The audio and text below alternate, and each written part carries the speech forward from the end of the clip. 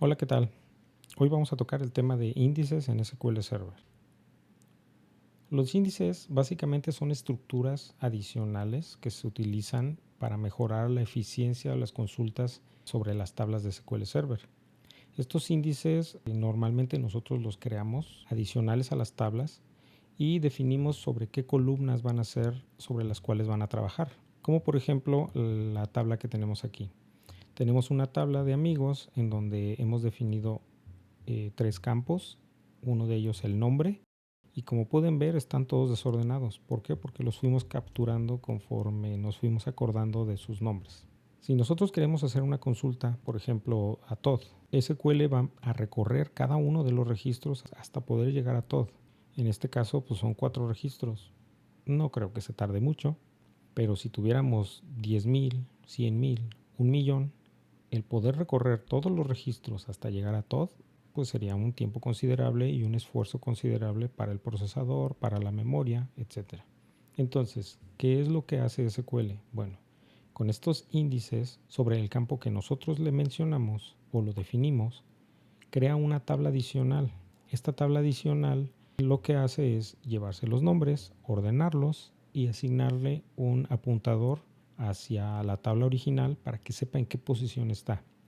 Entonces, cuando haya que buscar, por ejemplo, a Todd, pues ya no va a venir a buscarlo de forma secuencial, sino que lo va a venir a buscar en el índice, se va a apoyar de otros mecanismos, como por ejemplo el buscar la posición binaria de cada uno de los elementos, y entonces en vez de empezar por el registro 1 y empezar a contar hacia abajo, va a buscar, por ejemplo, en dónde están los registros con T, y entonces se va a ubicar en la posición T y después va a seguir con las siguientes letras subsecuentemente hasta encontrar el registro que está buscando. Y digamos que con esto ya se ahorró a lo mejor el 70% de las búsquedas o del recorrido de cada uno de los registros. Después solamente va a obtener la posición y va a decir está en la posición 4. Y se va a regresar a la tabla principal y ahí va a tomar el registro 4 con todos sus campos y su información. Platicado así suena muy fácil. Créanme que hay mucha lógica detrás de esto, pero el mantener índices ayuda mucho a recortar los tiempos de consultas, y más cuando son consultas que tienen un tiempo de respuesta muy crítico, que son sobre bases de datos muy complejas, que son sobre bases de datos muy grandes y básicamente aplican sobre bases de datos relacionales como lo es SQL Server. Es muy importante mantener nuestro diseño de tablas y de índices de una forma organizada, ordenada, que nos permita entender nuestra información y a la vez recuperarla de una forma estructurada. Porque puede ser un arma de dos filos el estar jugando con índices. El no usarlos va a hacer que nuestras consultas sean más lentas, pero a veces el sobreutilizar índices puede crearnos otros tipos de problemas. Por ejemplo, si creamos muchos índices en una tabla, pues también vamos a hacer que SQL no sepa sobre cuál índice trabajar o cuál va a ser el más efectivo, y eso nos puede generar problemas después en las consultas.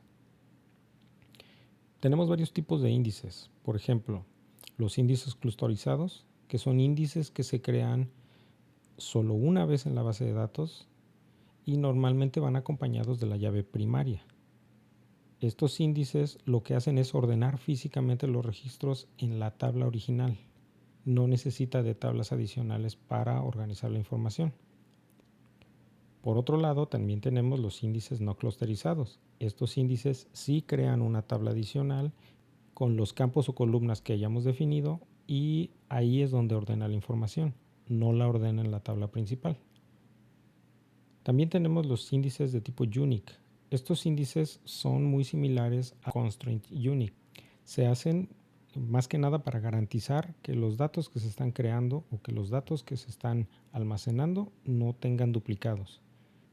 También tenemos otro tipo de índices, son índices más avanzados para tipo de operaciones más complejas. Solo los vamos a mencionar en este video, tal vez hagamos otro video en donde nos metamos más a fondo en ellos. También contamos con otro tipo de índices, son más avanzados, son para funcionalidades más avanzadas y específicas. En este video solamente te voy a platicar de ello. Si requieres más información, tal vez hagamos un video más adelante en donde podamos entrar más a fondo. De entrada te los platico.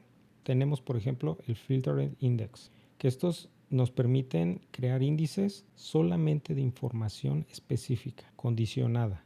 Esto va a reducir el tamaño del índice y va a mejorar la velocidad de las consultas solo si cumplen con esa condición. Ejemplo, si queremos crear un índice solamente de cierta fecha hacia adelante, como por ejemplo el caso que tenemos aquí, que es un where, en donde order date o la fecha del pedido o de la orden sea mayor a el 1 de enero del 2022. Entonces solo nos va a crear un índice con los datos que cumplan con esta condición.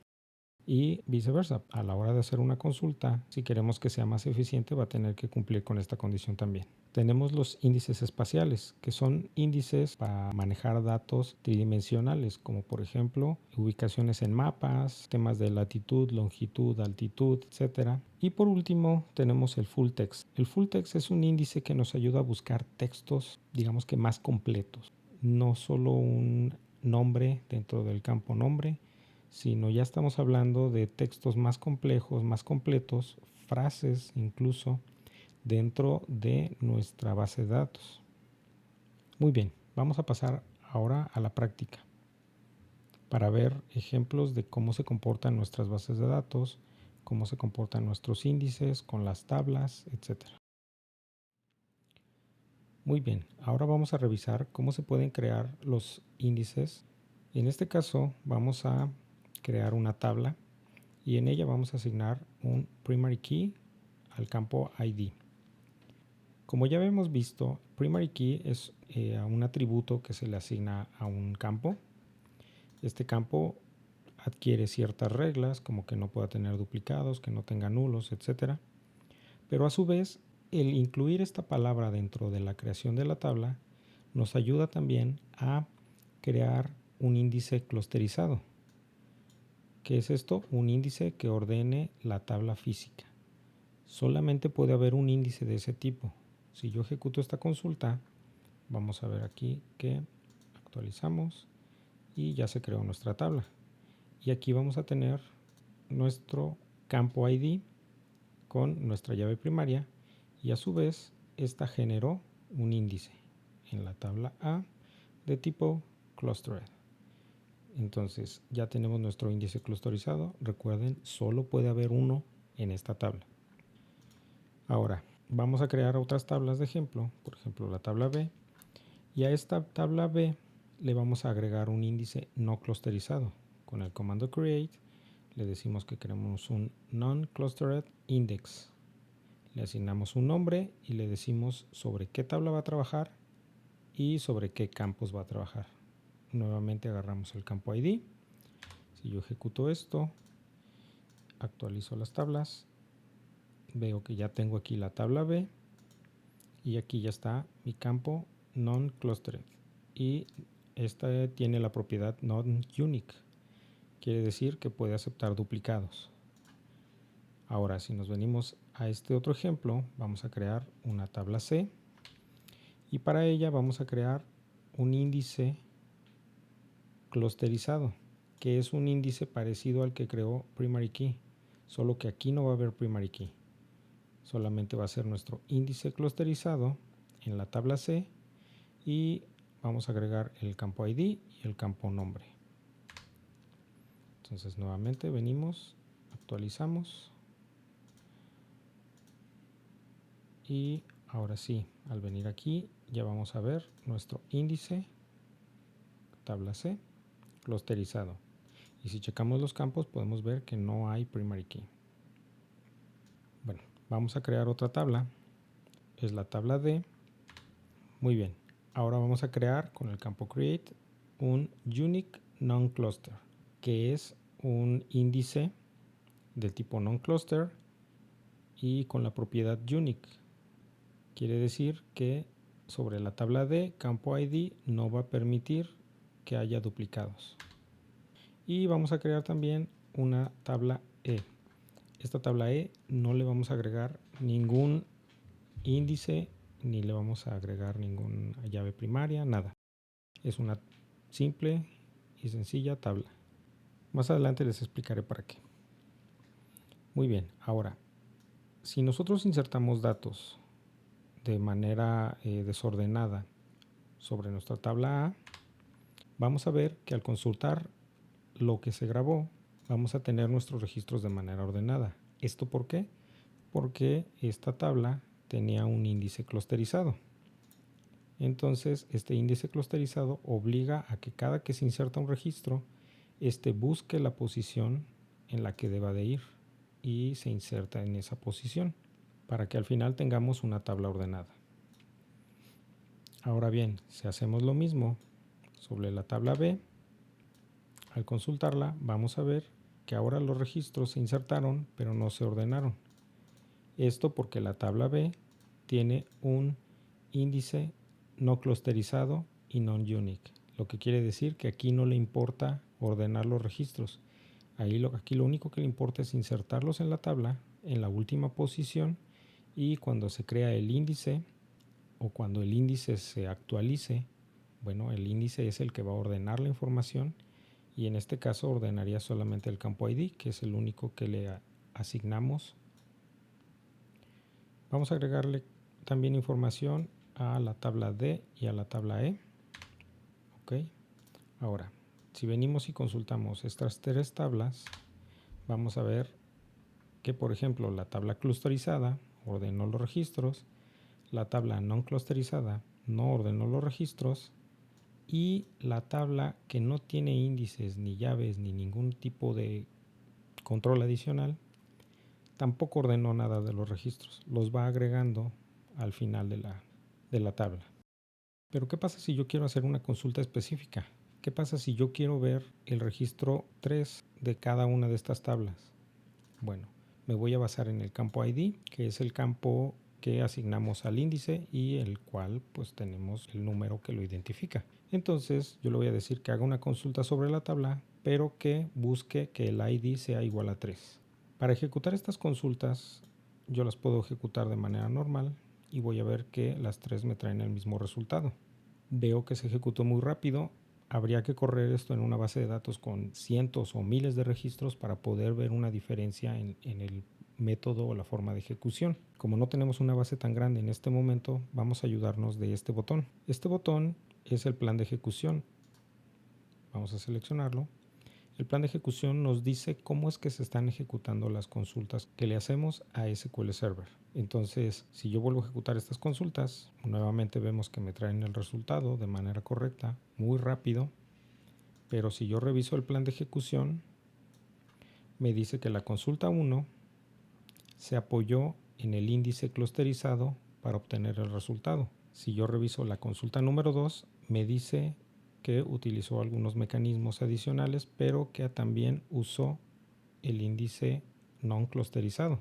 Y por último, la última consulta, que no tiene ningún índice, le hizo un table scan, que buscó los registros uno por uno desde el primer registro, se fue recorriéndolos de manera subsecuente hasta llegar al que necesitaba. Entonces, esta consulta es demasiado lenta y costosa.